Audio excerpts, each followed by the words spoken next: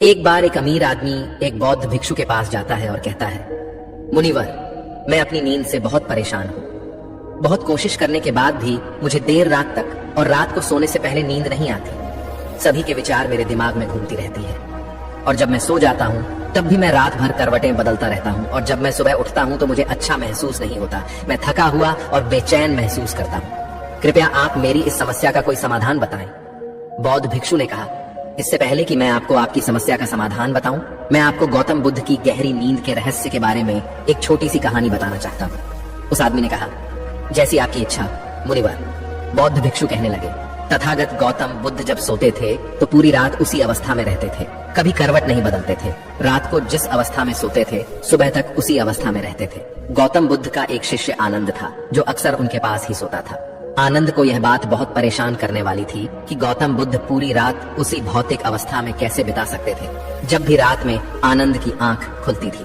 इसलिए वह हमेशा से जानता था कि गौतम बुद्ध एक ही अवस्था में सोए हुए हैं। यह बात उसके मन में कई सवाल पैदा करती थी। लेकिन एक दिन भिक्षु आनंद अपनी जिज्ञासा को रोक नहीं सका और वह गौतम बुद्ध के पास गया। आधी रात में उसने गौतम बुद्ध को जगाया।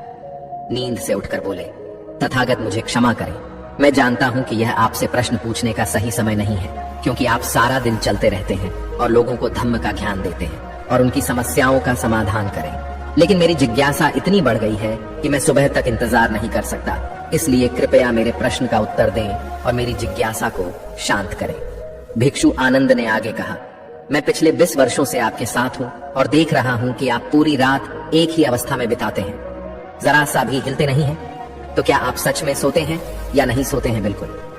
गौतम बुद्ध आनंद की ओर देखकर मुस्कुराए और बोले, मैंने अपने लिए सोने की सही स्थिति ढूंढ ली है।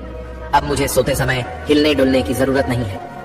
मैं नींद की अवस्था में भी जागता रहता हूँ, जबकि मेरा शरीर सो रहा होता है, लेकिन मैं जागता रहता हूँ। सवाल यह नहीं है कि नींद की अवस्था में शरीर चलता है या नहीं। सवाल यह नहीं है कि शरीर स्थिर अवस्था में क्यों नहीं रह पाता। असली कारण तो मन है। मन ही शांत और स्थिर नहीं रह पाता और यही कारण है कि हम नींद की अवस्था में भी अपने शरीर को हिलाते रहते हैं। लेकिन मैं इन सब चीजों से परे आ चुका हूँ। अब मेरे अंदर मन नाम की कोई चीज नहीं बची है। जब मैं सोने जाता हूँ तो मेरा शरीर बिल्कुल शव जैसा हो जाता है। मन नाम की कोई चीज नहीं बची है। आनंद, क्या आपने कभी किसी मृत शरीर को अपनी अवस्था बदलते हुए देखा है? गहरी नींद की अवस्था में भी हमारा दिमाग ही यह सब काम करता है। एक बार जब मन स्थिर हो जाता है, मन शांत हो जाता है, तब आपका शरीर गहराई में चला जाता है। सो जाओ, लेकिन भीतर से तुम जागोगे, भीतर से तुम सब कुछ महसूस कर पाओगे। सोने के बाद भी तुम्हारी चेतना एक छोटे से जलते दीपक की तरह निरंतर प्रज्वलित रहेगी। कहानी खत्म करने के बाद बौद्ध भिक्षु ने अमीर आदमी से कहा, एक प्रबुद्ध व्यक्ति न केवल अपने शरीर को पूरी जागरूकता के साथ देखता रहेगा, बल्कि वह अपने मन को भी पूरी जागरूकता के साथ देखता रहता है। एक प्रबुद्ध व्यक्ति ऐसे ही नहीं सोता है। एक सामान्य व्यक्ति जब सोता है तो वह बेहोश हो जाता है। उसे अपने आसपास का भी पता नहीं चलता, इसलिए वह अपने सपने भी नहीं चुन पाता। लेकिन जब एक बुद्ध व्यक्ति सोता है तो उसे होश रहता है। जैसे सुबह उसकी आंखें खुली रहती हैं, उसी प्रकार एक बुद्ध व्यक्ति भी नींद में होता है। इसीलिए कहा जाता है कि एक बुद्ध व्यक्ति कभी नहीं सोता है। जब एक सामान्य व्यक्ति सो जाता है, वह नहीं जानता कि वह कब सो जाता है। लेकिन यदि आप जागने और सोने के बीच के उस छोटे से क्षण में जागते रह सकते हैं, जब हम सोने के बहुत करीब होते हैं, तो कुछ अद्भुत घटित होगा जो आपको जागरूकता के करीब लाएगा। ये सुनकर वह व्यक्ति बोला, मुनिवर, मुझे इतने गहरे अध्यात्म की बातें समझ नहीं आती। कृपया मुझे आसान शब्दों में समझाएं कि मुझे आसानी से गहरी नींद क्यों नहीं आती। बौद्ध भिक्षु ने कहा, ये 5 मुख्य हैं। देर रात तक जागने और आसानी से नींद न आने के कारण सबसे पहला कारण है बिस्तर पर सोने के अलावा कोई और काम करना।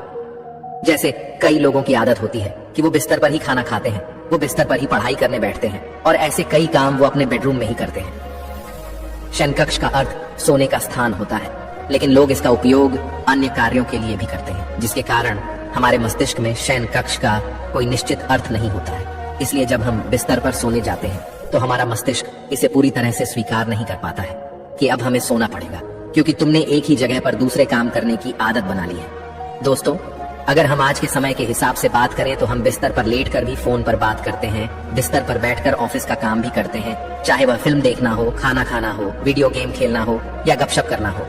आजकल लोग अपना ज्यादातर समय बिस्तर पर लेटे हुए बिताते हैं, जिसके कारण हमारे दिमाग में बिस्तर अब सिर्फ सोने की जगह नहीं रह गया है। और ये एक बड़ा कारण है कि जब हम बिस्तर पर जाते हैं तो घंटों तक नींद नहीं आती।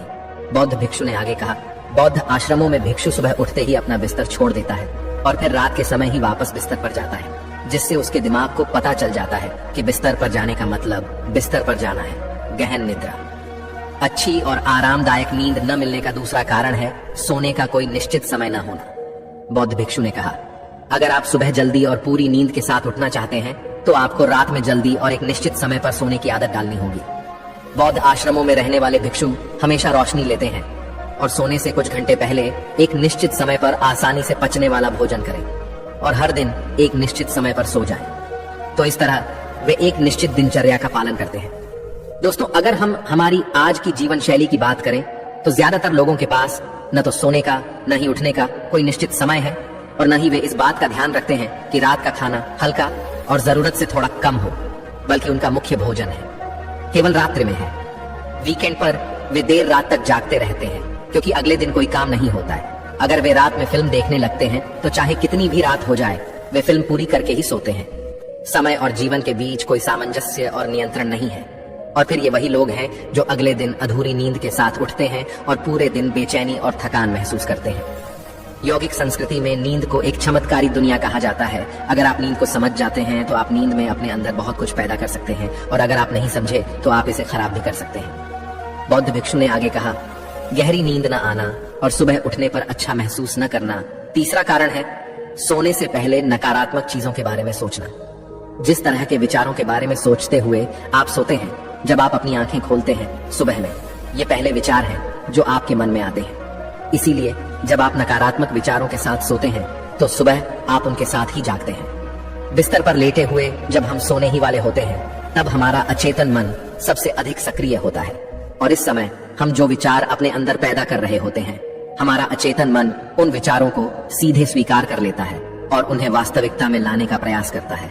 हमारा अचेतन मन ऐसा नहीं कर पाता है। अच्छे और बुरे विचारों में से चुन।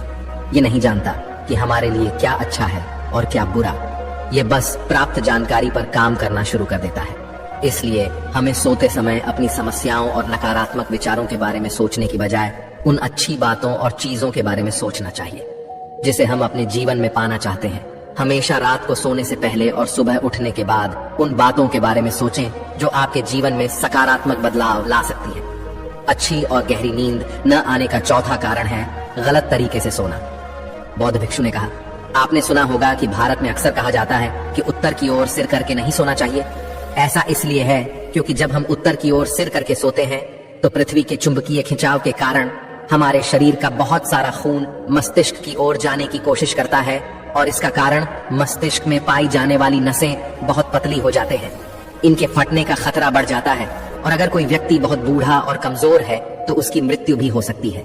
लेकिन आमतौर पर जो लोग उत्तर दिशा की ओर सिर करके सोते हैं, जब वे सुबह उठते हैं तो उनके सिर में तनाव महसूस होता है और वे पूरी रात बेचैनी में या करवटें बदलते हुए बिताते हैं। दूसरी गलती जो लोग अपने सोने की स्थिति में करते हैं वो ये है कि वो बस किसी भी तरह सो जाते हैं। उन्हें इस बात से कोई फर्क नहीं पड़ता कि उनकी रीढ़ की हड्डी सीधी है या नहीं।